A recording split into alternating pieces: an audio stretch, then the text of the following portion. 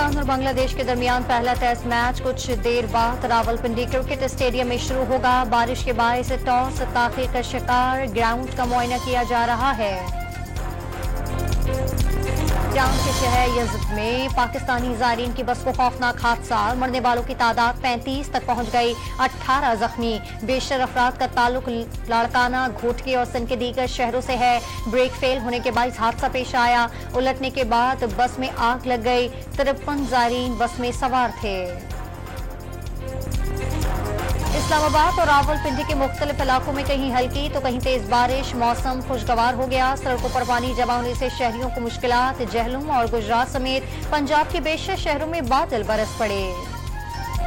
कराची समेत सिंध के दीगर शहरों में आज शाम तेज हवा के साथ बारिश की पेशगोई। बालाई खैबर पख्तूनख्वा, गिलगित बल्तिस्तान और आजाद कश्मीर में मूसलाधार बारिश का इम्कान।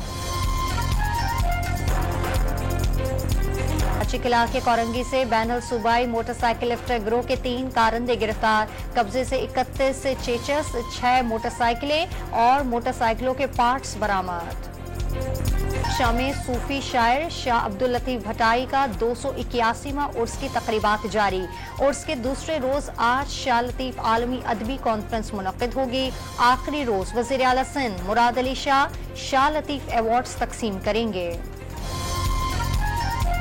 इस्राइली फौज की गजा में स्कूल, मार्केट और रिहायशी इलाकों पर बमबारी, मजीद 52 फलस्तीनी शहीद। नेतन्याहू के बयानात के बावजूद इसराइल गजा से फौज के इनखलाब पर तैयार है, अमरीकी वज़ीर खारजा का दावा।